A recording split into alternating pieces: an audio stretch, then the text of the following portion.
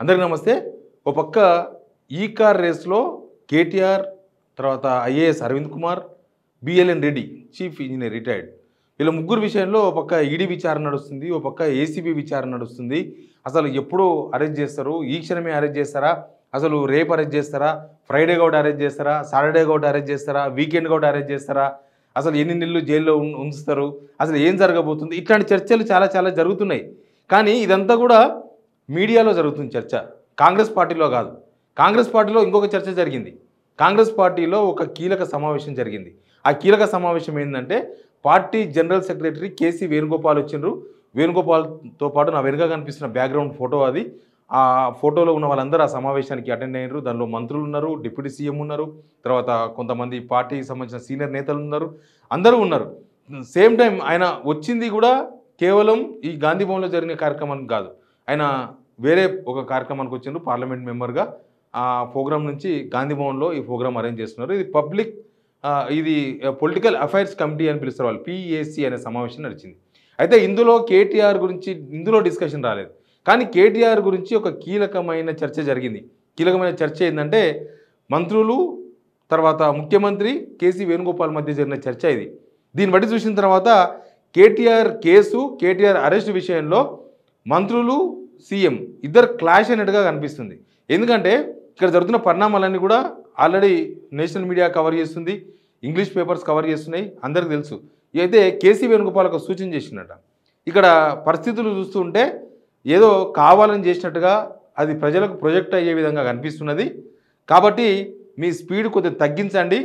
కనీసం ఇందులో ఏదైనా సాక్ష్యాధారాలు చూయించి, సాక్ష్యాధారాలను జనాలతో అవును కదా చేసిండు కదా అని జనమే ఒప్పుకునేటట్లు చేసిన తర్వాత కేటీఆర్ను అరెస్ట్ చేయడమో తర్వాత ఇంకోటి చేయడమో చేయండి. కానీ మీరు స్పీడ్గా వెళ్తే తీవ్ర నష్టం జరుగుతుందని కేసీ వేణుగోపాల్ సూచన చేసినట్ట.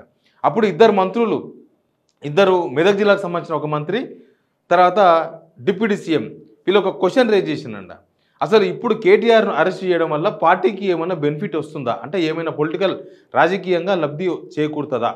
ఏమన్నా రాజకీయంగా, ఎందుకంటే రాజకీయ పార్టీలు రాజకీయ లబ్ధి కోసమే చేస్తూ ఉంటాయి. ఇప్పుడు కేటీఆర్ అరెస్ట్ చేయడం వల్ల కాంగ్రెస్ పార్టీకి ఏంటి లాభం అనే క్వశ్చన్ ఒకటి రేజ్ చేసిండ్రంట.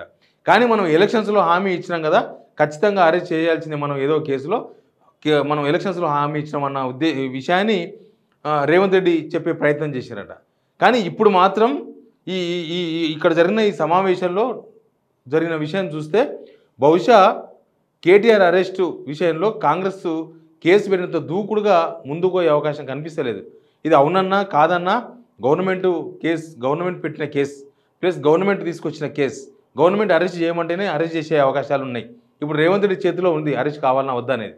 కానీ వీళ్ళ మధ్య చర్చ జరిగిన తర్వాత మంత్రులు క్లాషెస్ అయ్యారు. సీఎం రేవంత్ రెడ్డి నిర్ణయంతో, రేవంత్ రెడ్డి దూకుడుతో మంత్రులు క్లాష్ అయ్యారు. బహుశా కేసీ వేణుగోపాల్తోన మంత్రులే చెప్పించారు ఆ విషయాన్ని అనే విషయం కాంగ్రెస్ పార్టీలో ఒక పెద్ద చర్చ నడుస్తున్నది.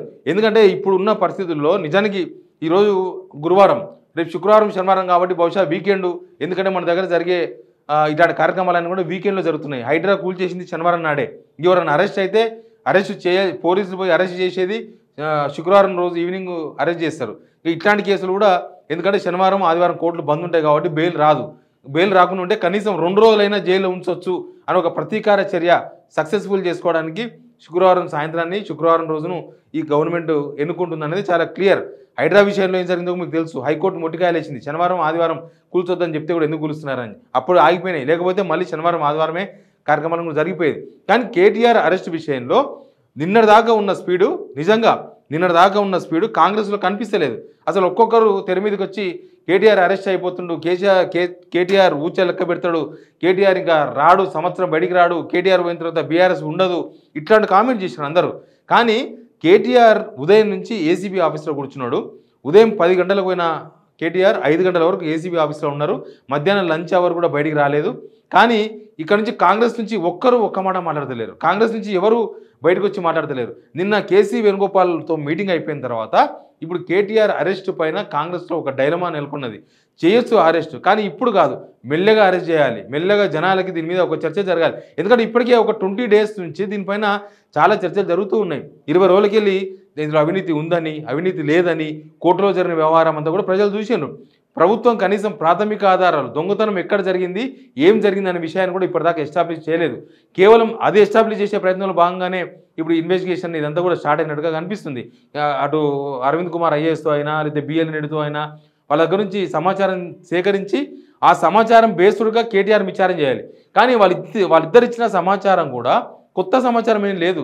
ఇన్ని రోజులకెళ్ళి 20 రోజులకెళ్ళి జరుగుతున్న చర్చ, లేకపోతే కోర్టులో ప్రభుత్వం వాదనలు, లేకపోతే కోర్టులో కేటీఆర్ అడ్వకేట్ చేసిన వాదనలు, ఆ వాదనల చుట్టే వీళ్ళ డిస్కషన్, వీళ్ళ సమాధానం ఉన్నాయి తప్ప అసలు కొత్తగా వాళ్ళొక ప్రశ్నను ఉత్పన్నం చేసింది లేదు. కొత్తగా వీళ్ళొక ఆధారం తీసి బయటపెట్టింది లేదు. పోనీ వాళ్ళ దగ్గర నుంచి ఏమైనా ఆధారం ఏమైనా వీళ్ళకి చూపించారంటే ఆధారాలు కూడా బయటికి రాలేదు. కాబట్టి ఇప్పటికిప్పుడు అరెస్ట్ చేస్తే కేటీఆర్ని అరెస్ట్ చేయడం వల్ల కాంగ్రెస్ పార్టీకి లాభం లేదు. ఇప్పుడొద్దు, ఇంకా 2-3 సార్లు విచారణ పిలుద్దాం, అప్పుడు అరెస్ట్ చేద్దాం. అవసరమైతే ప్రాథమిక ఆధారాలు చూపించిన తర్వాత జనాలలో దాని మీద ఒక చర్చ జరిగిన తర్వాతనే దీన్ని అరెస్ట్ చేయాలి. అంతవరకు మనం అనవసరంగా దూకుడుగా పోవద్దని కేసీ వేణుగోపాల్ సూచనను పాటించాలని మంత్రులు. రేవంత్ రెడ్డి మాత్రం ఆ మీటింగ్ తర్వాత ఇప్పటిదాకా మళ్ళీ ఆ ఇష్యూ మీద మాట్లాడలేదు. కేటీఆర్ అరెస్ట్ నిజానికి ఏసీబీ విచారణకు పోతున్నారంటేనే అసలు మళ్ళీ వస్తాడా విచారణ నుంచి కేటీఆర్? అసలు ఇంకా విచారించే తీసుకుపోతారు. ఎందుకంటే నిన్నటి దాకా జరిగిన పొలిటికల్ పరిణామాలు అట్లా ఉన్నాయి. కాంగ్రెస్ పార్టీ వాళ్ళు మాట్లాడిన మాటలు కానీ, వాళ్ళ సోషల్ మీడియా కానీ, వాళ్ళు వ్యవహరించిన తీరంతా చూస్తే అసలు కేటీఆర్ని పట్టుకొని పోయి తీసుకుపోయి జైల్లో వేసేయాలి అన్నంత స్పీడ్ కనిపించింది. కానీ విచారణ జరుగుతున్న టైంలో మాత్రం కాంగ్రెస్ చాలా సమన్వయం పాటించిందంటే అసలు ఏ కామెంట్ చేయకుండా ఈ విషయంలో దురుసుగా లేకపోతే దూకుడుగా వ్యవహరించకుండా కాంగ్రెస్ కూల్గా ఏం జరుగుతుందో చూసే ప్రయత్నం చేసిండ్రు. ఈవెన్ బీఆర్ఎస్ కూడా చాలా ప్లాన్గా ఉదయం నుంచే కనిపించింది. నంది హిల్స్లో నందినగర్లో కేసీఆర్ ఇంటి దగ్గర కేటీఆర్ ఉన్నారు, పార్టీ లీడర్స్ అంతా పోయినారు, హరీష్ రావు వచ్చిండు, కవిత వచ్చింది, అందరు ఉన్నారు. కానీ కేటీఆర్ ఎంబడి వాళ్ళు ఎవరు ఏసీబీ ఆఫీస్కి రాలే. ఎందుకంటే ఏసీబీ కూడా రేపు కోర్టులో చెప్పే అవకాశం ఇవ్వకూడదు. వీళ్ళందరూ ఒక ర్యాలీగా వస్తే ఒక దాడికి వచ్చినట్లుగా ఏసీబీ ప్రొజెక్ట్ చేసే అవకాశం ఉంటుంది కోర్టులో. కాబట్టి కేవలం అడ్వకేట్తో కలిసి కేటీఆర్ ఏసీబీ ఆఫీస్కి వచ్చాడు. కానీ ఏసీబీ ఆఫీస్ నుంచి బయటకు వచ్చిన తర్వాత ఆయన మీడియాతో మాట్లాడే టైంలో ఏసీబీ అడ్డు తగిలింది. మాట్లాడొద్దు మీరు ఇక్కడ, ఏసీబీ ఆఫీస్ మాట్లాడొద్దు అంటే అక్కడ వచ్చిన చాలామంది కార్యకర్తలతో పాటు ర్యాలీగా తెలంగాణ భవన్లో ప్రెస్ మీట్ పెట్టిండ్రు. ఆయన చేసిన కామెంట్ ఏంది, కేటీఆర్ చేసిన కామెంట్ ఏంటంటే అసలు ఇదంతా రేవంత్ రెడ్డి ఇచ్చిన క్వశ్చనీర్లా ఉంది తప్ప ఏసీబీ క్వశ్చన్ చేసినట్టుగా కనిపిస్తలేదు. రేవంత్ రెడ్డి క్వశ్చనీర్ తయారు చేసి ఏసీబీకి ఇస్తే అడిగిండేమో అని ఒక అనుమానాన్ని, లేకపోతే ఒక ఆరోపణను కేటీఆర్ చేసినారు. ఎనీవే కేటీఆర్ అరెస్ట్ విషయంలో ఇంకా ఇప్పుడే కాదు, కొంత టైం తీసుకునే అవకాశాలు కనిపిస్తున్నాయి.